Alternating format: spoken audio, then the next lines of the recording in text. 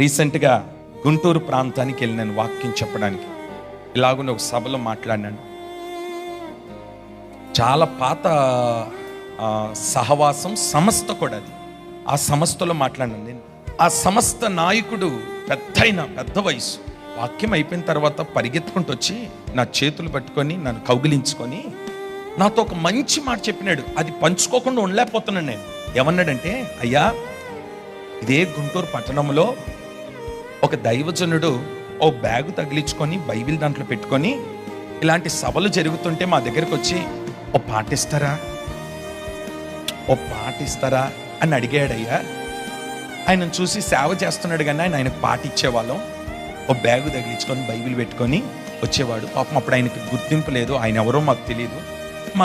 మా ఈ పెద్ద సభలు జరిగితే కనుక ఆ సభలకు వచ్చి ఓ పాట అడిగితే పాట ఇచ్చేవాళ్ళమయ్యా ఆ వేదిక మీద. ఈరోజు ఆ దైవజనుడయ్యా, ఆయన పాటలు ప్రపంచమంతా వింటున్నాయి.